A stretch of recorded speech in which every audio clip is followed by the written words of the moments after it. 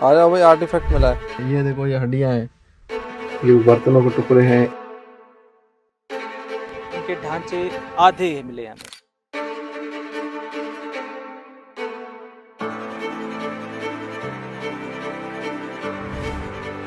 मरने के बाद ये बंदा उठेगा।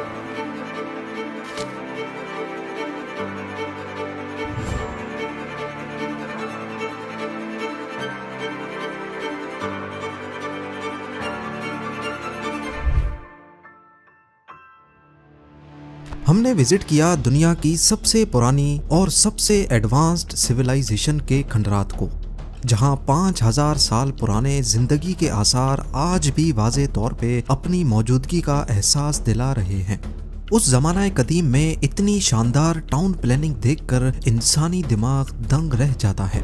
जिस ज़माने में एंशिएंट इजिप्शियंस अपने फ़ैरोज़ की पूजा करने में मसरूफ़ थे, उसी ज़माने में ये पक्के घर ना सिर्फ पक्के बल्कि डबल स्टोरी घर, अटैच और public bathrooms, modern jacuzzi style के waterproof pools, roads, sewerage system और नई टेक्नोलॉजी बनाने में मसरूफ़ थे। पर जानना ये है कि ये सब आखिर दुनिया के इस कोने में कैसे किया जाता था। हम किसी और की नहीं, मोहनजोदड़ो की बात कर रहे हैं।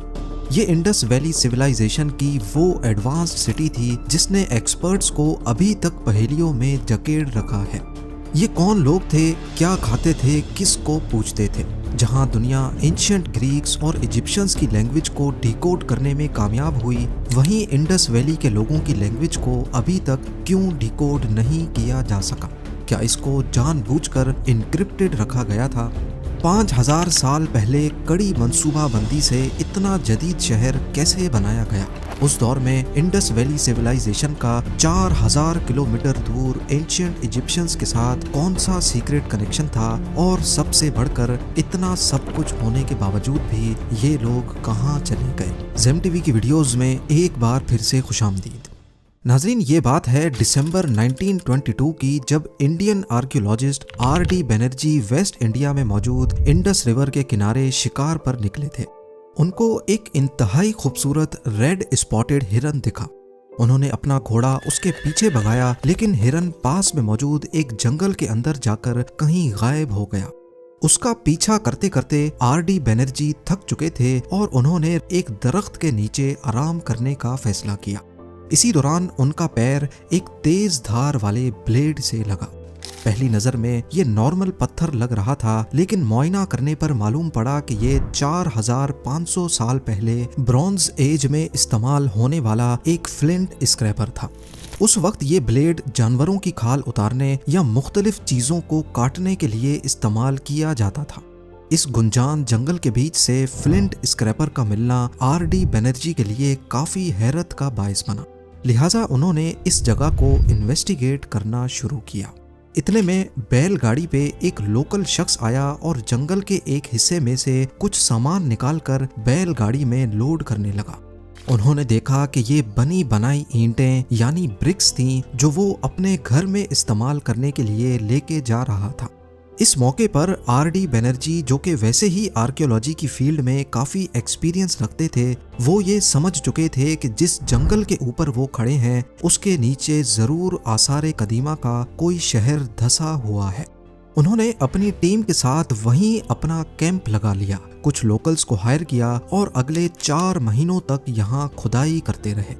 आने वाले 4 महीनों में बनर्जी को यहाँ से जो कुछ मिलने वाला था वो आर्कियोलॉजी की दुनिया में तहलका मचाने के लिए काफ़ी था। जंगल के नीचे से स्टैम्प्स मिली जिन पर ना समझ आने वाले कैरेक्टर्स और कुछ जानवर बने हुए थे।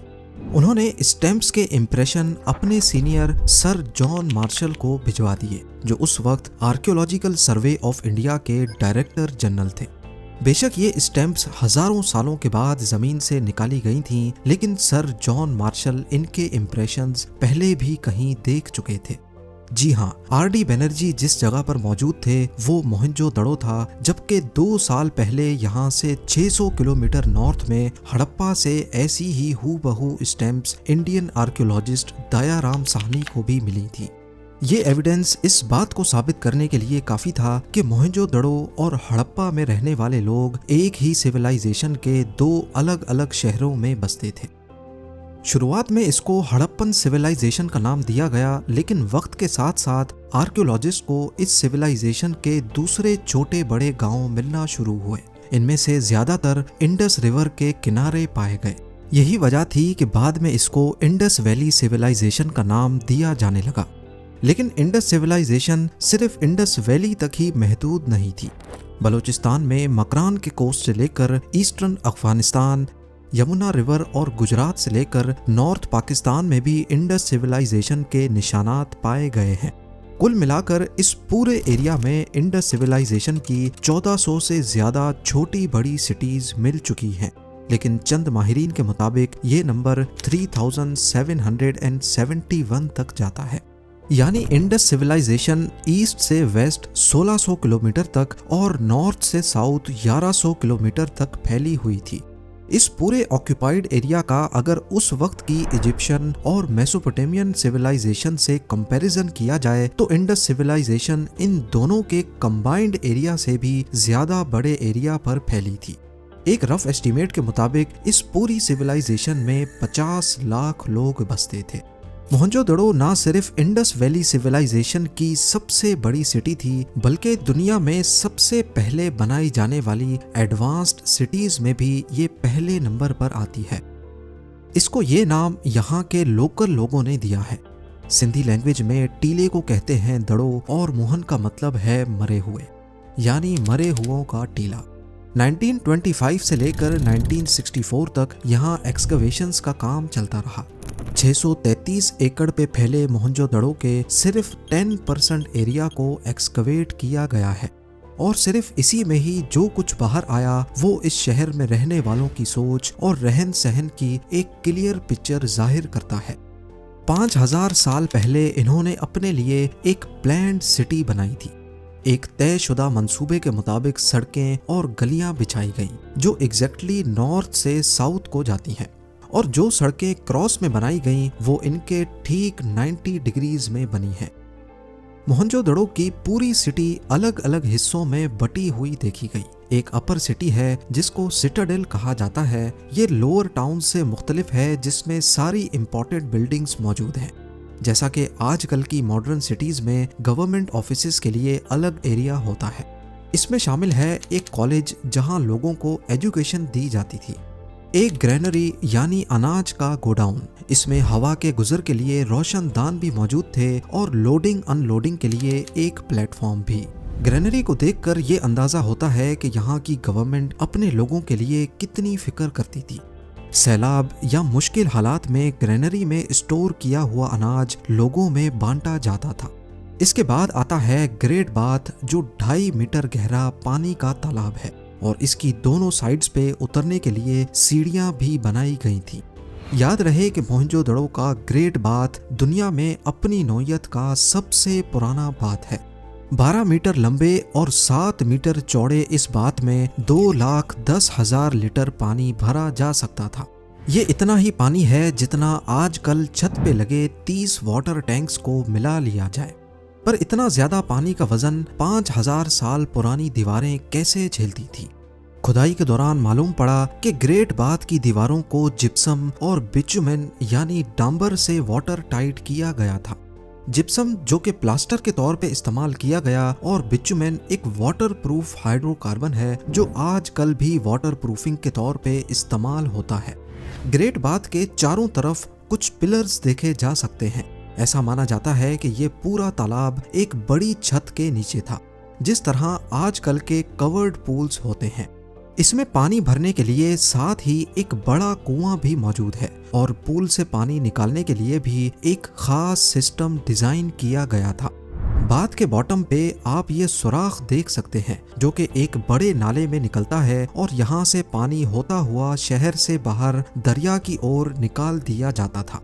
इस ग्रेट बाथ का असल मकसद क्या था ये अभी तक सही से वाज़ेह नहीं, लेकिन माहिरीन का कहना है कि यहाँ रिलीजियस एक्टिविटी होती थी। सिटाडेल यानी किले में और भी काफ़ी बिल्डिंग्स हैं, लेकिन एक ऐसी है जो इन सब से अलग है। इसको पूरी तरह से एक्सकवेट नहीं किया गया, लेकिन ये मिस्टीरियस बिल्डिंग 4800 स्क्वायर फुट के एरिया पर फैली हुई है, जिसमें 20 बड़े बड़े पिलर्स खड़े हैं। असल में ये कोई बड़ा असेंबली हॉल था जिसमें यहाँ के ऑफिशियल्स इकट्ठे होते थे, या फिर कोई सेरेमोनियल हॉल जहाँ छोटे बड़े फंक्शंस किए जाते थे। मोहनजोदड़ो में हमने एक बड़ी इंटरेस्टिंग चीज नोटिस की कि यहाँ जितने भी स्ट्रक्चर्स, बल्कि पूरा शहर ही एक उठे हुए प्लेटफॉर्म पे बना हुआ है। ऐसा नॉर्मली सिर्फ तभी किया जाता है जब घरों को बारिश के पानी या फिर सैलाब से महफूज रखना हो। आज भी मोहनजोदड़ो सिंध के जिस हिस्से में मौजूद है, यहाँ हर दूसरे साल बारिशों की वजह से पूरे गांव सैलाब की जद में आ जाते हैं। इसका मतलब ये हुआ कि ये कोई इत्तेफाक नहीं, बल्कि 5000 साल पहले सैलाब को नजर में रखते हुए पूरे शहर को ही उठे हुए प्लेटफॉर्म्स पे एक खास प्लान के तहत बनाया गया था। लेकिन पूरे शहर को प्लेटफॉर्म पे बनाने का मकसद सिर्फ बारिश के पानी से ही बचना नहीं था, बल्कि मोहनजोदड़ो के लोग एक नया सिस्टम इजाद कर चुके थे जो इससे पहले दुनिया में कहीं नहीं देखा गया। जी हाँ, पूरी सिटी में शानदार ड्रेनेज सिस्टम इंस्टॉल किया गया था। शहर की हर बिल्डिंग और छोटे से छोटा घर भी इस ड्रेनेज सिस्टम के साथ कनेक्टेड था। उस दौर में वो लोग ये जान चुके थे कि ड्रेनेज के पानी को शहर से बाहर निकालने के लिए पूरे शहर का उठे हुए प्लेटफॉर्म्स पे बनना बहुत जरूरी है। ये सीवरेज सिस्टम कोई मामूली नहीं था, बल्कि हर थोड़े फासले के बाद इसमें मैन होल्स रखे गए थे ताकि ब्लॉक होने की सूरत में कचरा साफ किया जा सके। इसके अलावा सीवरेज सिस्टम को लाइमस्टोन के पत्थरों से ढका गया था। ये ना सिर्फ किसी हादसे से बचने के लिए, बल्कि लाइमस्टोन की खासियत है कि वो बदबू को अपने अंदर एब्जॉर्ब कर लेता है। इससे आप अच्छी तरह अंदाजा लगा सकते हैं कि यहाँ के लोग सफाई को लेकर कितने सीरियस थे। उस वक्त एंशिएंट इजिप्शियंस और मेसोपोटामियंस के पास भी ऐसा ड्रेनेज सिस्टम नहीं था और ना ही ऐसे रोड्स। इवन आजकल भी इंडिया और पाकिस्तान के काफी देहातों में इस तरह का सीवरेज सिस्टम नहीं पाया जाता। मोहनजोदड़ो में सिर्फ 10% एक्सकवेशंस में ही 700 वेल्स मिली हैं, 700 कुएं। हालांकि पहले तो इंडस रिवर में पानी काफी ज्यादा था जो बिल्कुल इसके बराबर से गुजरती थी, लेकिन फिर भी यहाँ जगह जगह पर कुएं देखे जा सकते हैं। पब्लिक के लिए बड़े कुएं थे, जबकि कई घरों में भी छोटे छोटे कुएं मौजूद थे। किले से हटकर लोअर टाउन में ज्यादातर सिर्फ घर, मार्केट्स और इंडस्ट्रियल जोन बना हुआ था। खास तौर पर किले के ईस्ट में वाक़े इस एरिया में यहाँ के बिजनेसमैन या फिर ज्यादा मालदार लोग रहते थे।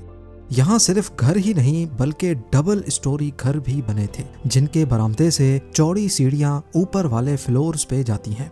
इनकी छत जिन पिलर्स पर खड़ी थी वो निशानात आज तक वाजे हैं। यहाँ के कुएं 10 फुट तक उठे हुए जो खास फर्स्ट फ्लोर पर रहने वालों के लिए बनाए गए थे। यहाँ मार्केट्स में हमें एक शॉप के अंदर बड़ा सा तंदूर भी दिखा जहाँ रोटियां पकाई जाती थी। इसके सामने एक बड़ी सी खिड़की ये इशारा देती है कि शायद यहाँ लोग लाइन बनाकर खड़े होकर अपनी बारी का इंतजार करते थे। मार्केट में एक दुकान ऐसी भी थी जिसके अंदर टेक अवे विंडो मौजूद थी, जैसा कि आजकल के मॉडर्न फास्ट फूड रेस्टोरेंट्स में होती है। एलीट क्लास के इस एरिया में एक घर की दीवार दूसरों से काफी मुख्तलिफ है। अंदर से ये मिट्टी से बनाई गई है, जबकि इसके बाहर वाला पोर्शन पक्की ईंटों का बना है। ये खास एहतमाम इस घर को ठंडा रखने के लिए किया गया था। परफेक्ट प्लानिंग का अंदाजा आप इस बात से लगा लें कि तमाम लोअर टाउन्स के बीच से गुजरने वाली चौड़ी सड़क बिल्कुल सीधी बनाई गई थी, जिसको गूगल अर्थ से भी देखा जा सकता है। शायद ये सड़क उस वक्त का इम्पोर्टेंट ट्रेड रूट था। इसी एरिया की फुटेजेस बनाने के दौरान हमें यहाँ एक दीवार में 5000 साल पुराना आर्टिफैक्ट धसा हुआ मिला। 2.5 इंच की ये कोन दिखती तो राइफल की गोली जैसी है, लेकिन असल में ये मिट्टी का बनाया हुआ एक ऐसा इक्विपमेंट है जो उस वक्त टाइम देखने के काम आता था। इसको सूरज के नीचे सीधा खड़ा किया जाता था और फिर इस कोन से बनने वाले शैडो से दिन के वक्त का अंदाजा लगाया जाता था। इस तरह की बहुत सारी कोन्स पहले भी एक्सकवेशन में यहाँ से मिल चुकी हैं। मोहनजोदड़ो की दीवारों में यहाँ जिंदगी की झलक आज भी नजर आती है। एक दीवार में मिट्टी के बर्तन और बैंगल्स के टुकड़े, इस्तेमाल शुदा कोयले और हड्डियों के पीसेस भी दिखाई दिए। ये देखो, ये हड्डियां हैं, एक हड्डी ये है, एक हड्डी ये है, एक हड्डी ये एक ये रही हड्डी। बर्तनों के टुकड़े हैं। ठीक है, ये देखो ये बर्तनों के टुकड़े हैं। एक ये रहा, एक ये रहा। इस तरफ ये नीचे। नीचे देखो, ये देखो गोल देख रहे हो। पर हड्डियों के टुकड़ों और इस्तेमाल शुदा कोयलों का दीवारों के अंदर क्या काम? ये एक इशारा भी हो सकता है उस कुदरती आफत का जिसने मोहनजोदड़ो को इन खंडरात में बदल दिया है, जैसा कि फ्लड्स यानी सैलाब। हड्डियों की बात हो ही रही है तो आपको बताते चलें कि यहाँ से टोटल 37 ढांचे मिल चुके हैं, जिनमें से 14 ढांचे एक ऐसे कमरे से मिले जिसको रूम नंबर 74 कहा जाता है, या फिर आसान लफ्जों में स्केलेटन रूम। इसी स्केलेटन रूम में से 14 ढांचे निकाले गए, लेकिन ये ढांचे पूरे नहीं थे, यानी किसी का निचला हिस्सा नहीं था तो किसी का सर नहीं था। उनके ढांचे आधे मिले हमें, कुछ यहाँ तक मिले, नीचे का हिस्सा टांगे वगैरह नहीं मिले। कुछ की गर्दनें वहाँ पे पड़ी हैं, बाकी ढांचा मिला है। कुछ की जो है ये जो है क्या कहते हैं, बाजू कटे हुए मिले, कुछ ज़ख्मी मिले हुए हैं। मतलब they are totally injured and beheaded and wounded badly। इस मंजर की ब्लैक एंड वाइट फोटो आज भी म्यूजियम में पड़ी है। पर सवाल ये है कि सिर्फ एक ही रूम में इतनी लाशें क्यों रखी गई थी? क्या ये लोग दब कर मर गए या फिर मरने के बाद इनको यहाँ लाकर किसी ने रखा था? इस बारे में कुछ भी कहा नहीं जा सकता। इसी एरिया में घरों के दरमियान गुजरने वाली एक गली है जिसको डेड मैन लेन का नाम दिया गया है, क्योंकि यहाँ से भी एक बिना सर के ढांचा मिला था। HR एरिया के बराबर में VS एरिया है, जहाँ एक अनोखा कमरा मौजूद है। इसी कमरे की जमीन पर ईंटों से गोल गोल होल्डर्स बने हैं और इसी कमरे में एक कुआं भी मौजूद है। ऐसा मालूम होता है कि इन होल्डर्स में कोई बर्तन या बड़ी कढ़ाई रखी जाती थी। कमरे में एक ड्रेन होल भी देखा जा सकता है। अमेरिकन आर्कियोलॉजिस्ट मार्क कैनोअर का मानना है कि ये कोई रेस्टोरेंट भी हो सकता है, लेकिन ज्यादा चांसेस हैं कि ये कपड़ा डाई करने वाले की वर्कशॉप थी। कपड़ा डाई करने के प्रोसेस में गर्म पानी के अंदर रंग और कपड़े को डाला जाता है। उबलते हुए पानी के प्रेशर से रंग आसानी से कपड़े के अंदर अंदर तक चढ़ जाता है। आपको ये जानकर हैरत होगी कि आज भी सिंधी अजरक इसी प्रोसेस के थ्रू बनाई जाती है, जिसकी कड़ियाँ 5000 साल पहले मोहनजोदड़ो से ही मिलती हैं। 1925 में यहाँ से मिलने वाले प्रीस्ट किंग के स्कल्पचर को भी कंधे पर एक अजरक जैसी शॉल पहनी हुई है। पर क्या ये प्रीस्ट किंग वाकई मोहनजोदड़ो का रूलर या बादशाह था? मोहनजोदड़ो से मिलने वाले स्कल्पचर को देखा जाए तो इसमें एक शख्स की साफ सुथरी दाढ़ी है। इसने सर पर बैंड पहन रखा है, बालों पर कंघी, बाजू पर पत्थर, कांधे पर प्रिंटेड शॉल रखी है और इसकी आंखें बंद पड़ी हैं। इसका ये होलिया देखकर किसी ने कहा ये प्रीस्ट यानी पुजारी लगता है जो पूजा करने में मसरूफ है, लेकिन कुछ लोगों का ख्याल था कि ये यहाँ का किंग लगता है। इन दोनों ओपिनियंस को मिक्सअप करके इसका नाम प्रीस्ट किंग ही पड़ गया। असल में ये इतना बड़ा नहीं, सिर्फ 6 इंच का छोटा स्कल्पचर था और इसका निचला हिस्सा आज तक मिसिंग है। इसी तरह मोहनजोदड़ो का शोहरत पाने वाला दूसरा स्कल्पचर इस डांसिंग गर्ल का है। इसको देखकर ऐसा मालूम होता है कि ये डांस करने की पोजीशन में है। एक्सकवेशन के बाद ये दोनों स्कल्पचर्स काफी अरसे तक आर्कियोलॉजिकल सर्वे ऑफ इंडिया के हेडक्वार्टर्स न्यू दिल्ली में पड़े रहे, लेकिन फिर 1970s में पाकिस्तान के प्रेसिडेंट जुल्फिकार अली भुट्टो ने Indian prime minister Indira Gandhi से रिक्वेस्ट की कि ये दोनों स्कल्पचर्स पाकिस्तान को वापस किए जाएं। इंदिरा गांधी ने भुट्टो को कहा कि ये डांसिंग गर्ल तो हम नहीं दे सकते, पर आप इस मौलवी साहब को ले जा सकते हैं। उस दिन के बाद से इसकी कॉपी कराची म्यूजियम में पड़ी है, जबकि ओरिजिनल स्कल्पचर खराब ना हो इसी वजह से उसको प्रिजर्व करके कहीं छुपा कर रखा है। मोहनजोदड़ो और इंडस वैली के लोग काफी टैलेंटेड यानी हुनरमंद थे। इन्होंने टेक्नोलॉजी अपनाई नहीं बल्कि इजाद की थी। इनका मेन इनकम सोर्स एग्रीकल्चर था। इंडस रिवर के बहाव की वजह से यहाँ की जमीन काफी जरखेज थी। ये लोग वीट, बार्ले यानी गेहूं और जौ के साथ साथ केला, खरबूज और मटर की फसलें भी लगाते थे। पर इनकी सबसे बड़ी कामयाबी कपास की खेती थी। यहाँ तक कि उस वक्त इजिप्ट और मेसोपोटामियन सिविलाइजेशन में भी कपास का कॉन्सेप्ट नहीं था। इंडस वैली में कपास की प्रोडक्शन मोहनजोदड़ो से भी 2000 साल पहले यानी आज से 7000 साल पहले की गई थी। कपड़े के असल टुकड़े चांदी के गुलदान और तांबे की चीजों के ढक्कन से जुड़े हुए पाए गए। इनके टैलेंट का अंदाजा यहाँ इस्तेमाल होने वाली ईंटों से भी लगाया जा सकता है। उस जमाना कदीम में उन्होंने एक ही साइज की ईंटें बनाई थी। पहले ये लोग ईंटों को सूरज की गरमाइश में पकाते थे, लेकिन बाद में इन्होंने भट्टी में ईंटें पकाने की टेक्नोलॉजी इजाद की। पर सवाल ये है कि इतनी ज्यादा ईंटें पकाने के लिए ये लकड़ी कहाँ से लाते थे। मोहनजोदड़ो का एरिया तो खुश्क साल लगता है, पर ये हमेशा ऐसे नहीं था। पहले ये पूरा एरिया घने जंगलात से भरा होता था और बीच में इन्होंने अपना शहर बसाया हुआ था, और ये जंगल ही था जो इनको सैकड़ों टन जलाने के लिए लकड़ी फराहम करता था।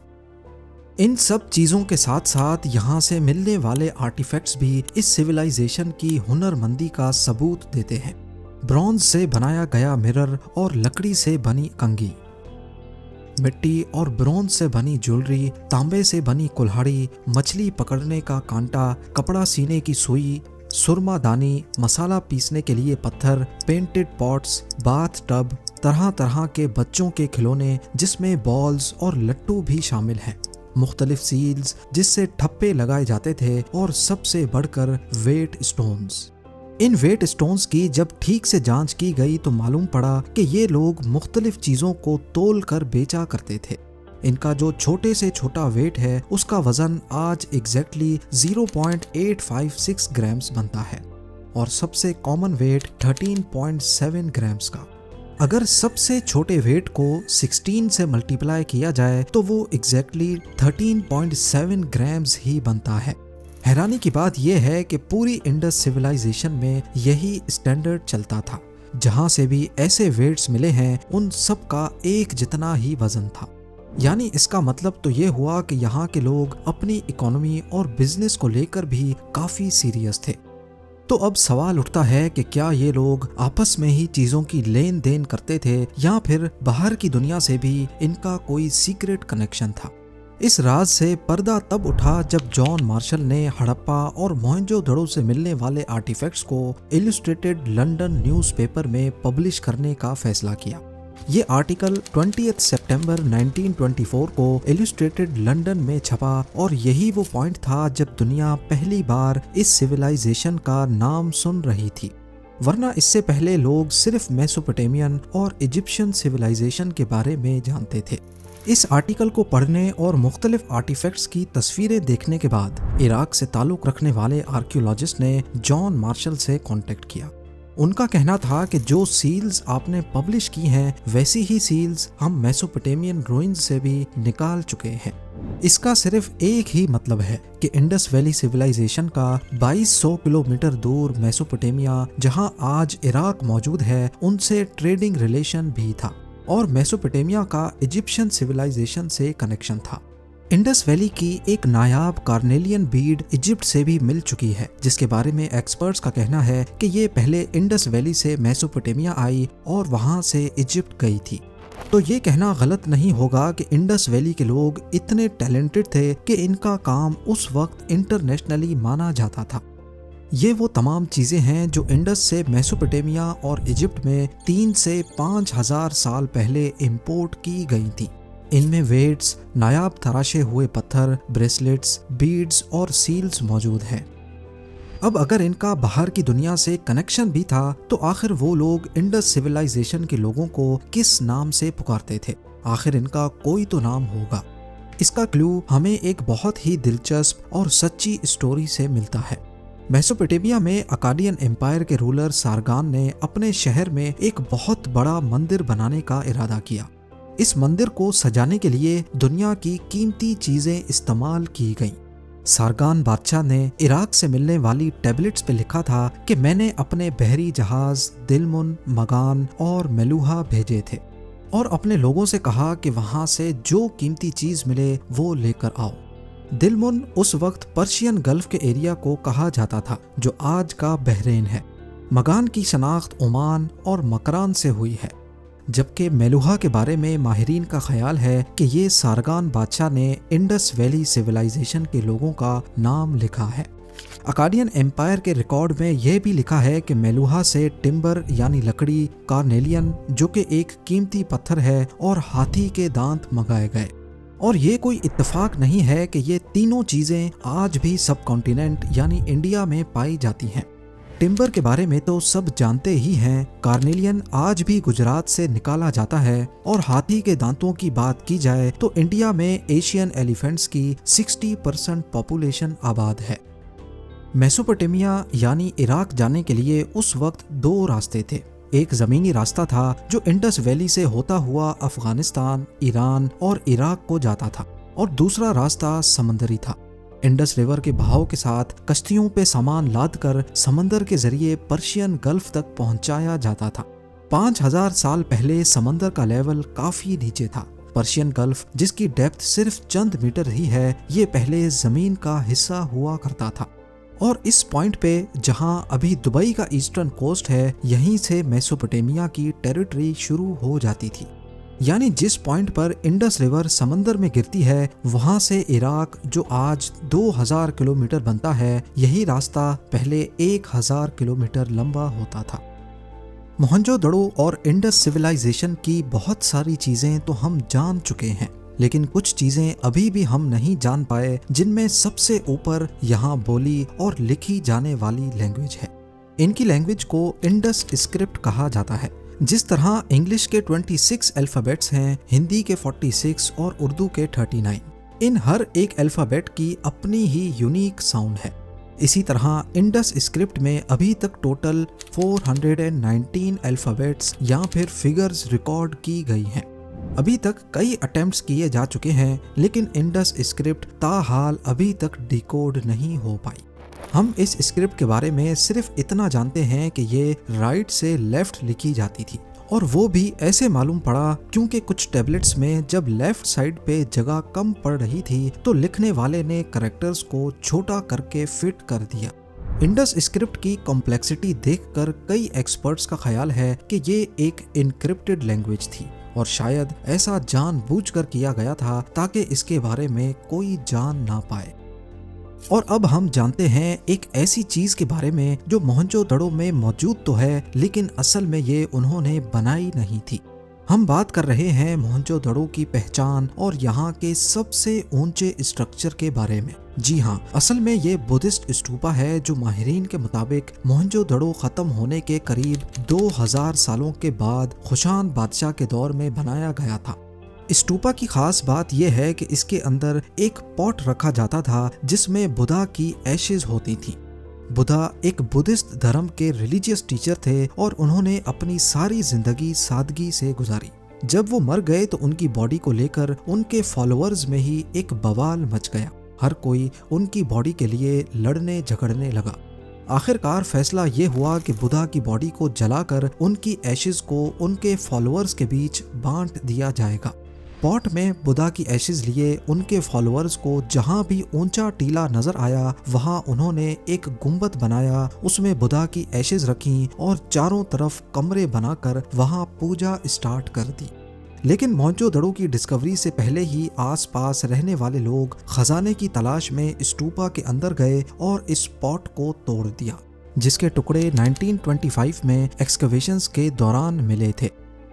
अभी तक हमने मोहनजोदड़ो की डिस्कवरी के बारे में जाना, इनकी शानदार टाउन प्लानिंग, मुख्तलिफ आर्टिफैक्ट्स, टेक्नोलॉजी, लैंग्वेज, स्तूपा की हकीकत और इंडस सिविलाइजेशन का बाहर की दुनिया से ताल्लुक के बारे में जाना।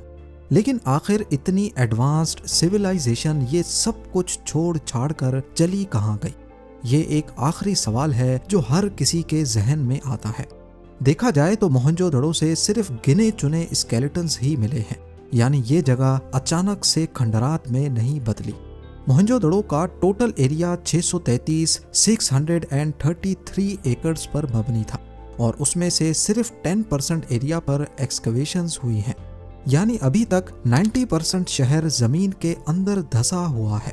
एक अंदाजे के मुताबिक इस शहर में 50,000 से 1 लाख लोग रहते थे। अगर यहाँ इतनी बड़ी पॉपुलेशन रहती थी तो हमला या कुदरती आफत की सूरत में यहाँ सिर्फ 37 नहीं बल्कि सैकड़ों ढांचे मिलते, लेकिन ऐसा नहीं हुआ। इससे जाहिर होता है कि ये जगह आहिस्ता आहिस्ता खाली हुई है। मुख्तलिफ प्रॉब्लम्स की वजह से ये जगह उनको छोड़नी पड़ी। सैलाब की वजह से एग्रीकल्चर का तबाह होना, इंडस रिवर में पानी का कम होना और बाहर से आने वाले लोगों का हमला करना। एक्सपर्ट्स का ख्याल है कि यही वो वजूहात थीं जिनकी वजह से मोहनजोदड़ो के लोग अपने शहर को छोड़ गए। ऐसा मालूम होता है कि ये लोग यहाँ से किसी और जगह पर नहीं गए बल्कि पूरे सिंध में डिवाइड हो गए और आहिस्ता आहिस्ता अपनी असल शनाख्त ही भूल गए।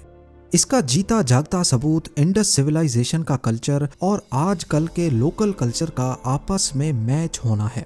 यहाँ की खूबसूरत पॉटरी, जिसको हाला हैंडीक्राफ्ट भी कहा जाता है, उसकी जड़ें भी 5000 साल पहले इंडस सिविलाइजेशन से ही मिलती हैं।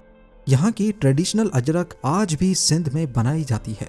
कुल्हाड़ी का डिजाइन जो मोहनजोदड़ो से मिला, वैसा ही डिजाइन आज तक फॉलो किया जा रहा है। पर बहुत से ऐसे तौर तरीके भी हैं जो रिलीजियस वजूहात की वजह से आज फॉलो नहीं किए जाते, जैसा कि बरियल और खाना। मोहनजोदड़ो में मरने के बाद 3 तरीकों से बॉडी का बरियल किया जाता था। या तो उनको जला दिया जाता था, या फिर बॉडी के किसी एक हिस्से को दफनाया जाता था, और तीसरे तरीके में पूरी बॉडी को सजा धजा कर उसमें ज़रूरी सामान रख कर दफनाया जाता था। क्योंकि मोहनजोदड़ो के लोग लाइफ आफ्टर डेथ पर यकीन रखते थे, जैसा कि एंशिएंट इजिप्ट में होता था। बॉडी के साथ ज्वेलरी और खाना पीना भी साथ ही दफनाया जाता था। उनका यकीन था कि मरने के बाद जब ये दोबारा जिंदा होंगे तो उस वक्त उनके पास ज़रूरी सामान मौजूद होना चाहिए। खाने की बात की जाए तो यहाँ के लोग अनाज के अलावा कछुआ और मगरमच्छ भी खाते थे। एक्सकवेशंस के दौरान कई जगह से ऐसे बर्तन मिले जिसमें कछुए के शेल्स मौजूद थे।